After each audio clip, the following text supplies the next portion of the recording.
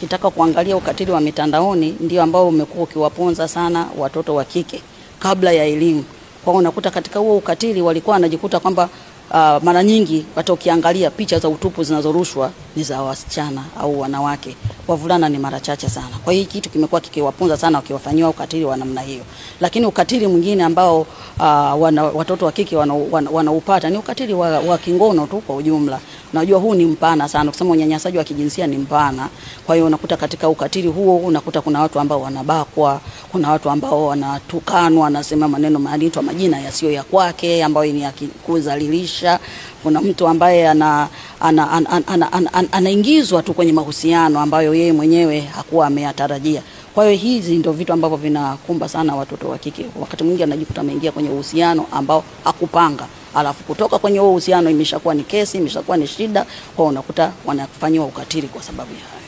Kwenye tathmini yetu kulingana na jinsi ambavyo tulikuwa na implement mradi, tumeona kulikuwa na gap kidogo la elimu. Watoto wengi hawakuwa na elimu ya kutosha. Kwa hiyo hata ulikuwa unawaelezea vitu vingine kwamba hiki ni ukatili, hawaelewi kwamba hicho ni ukatili kwao. Kwa hiyo inawezekana ni vitu ambavyo wamekuwa wakiviona katika jamii zao, lakini na vitu vingine ambavyo tumeviona. Kwa hiyo tukaona kuna umuhimu sana kuendelea kuongezea nguvu katika kuhakikisha kwamba tunaungana na serikali katika shule salama kuhakikisha kwamba kila mtoto anakuwa katika mazingira salama kabisa.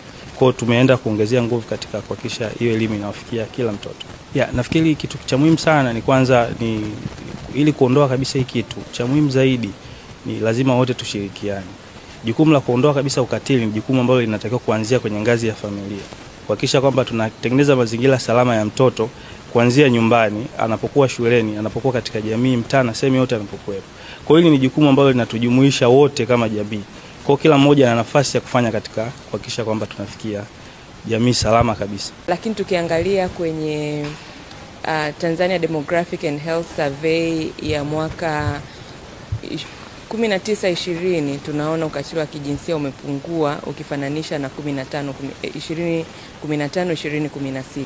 Kwa hiyo masuala ya ukatili wa kijinsia yamepungua, lakini pia tukiangalia serikali imewekeza nguvu kubwa katika kuanzisha madawati ya ukatili wa kijinsia, lakini kuanzisha vile vituo vya mkono kwa mkono katika ngazi ya hospitalini vinavyotoa huduma za ukatili wa kijinsia, lakini pia wamejengea uwezo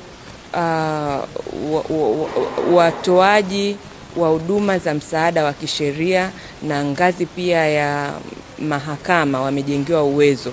Kwa hiyo tunaona kwamba hizo jitihada zote zinasaidia katika kupunguza ukatili wa kijinsia na tunaamini tutafika mwisho. Ndio maana tunasema pamoja tuungane kutokomeza ukatili wa kijinsia, kwa sababu hili ni swala mtambuka na linamhitaji kila mtu kutoka katika ngazi ya jamii mpaka ngazi kubwa kabisa ya serikali.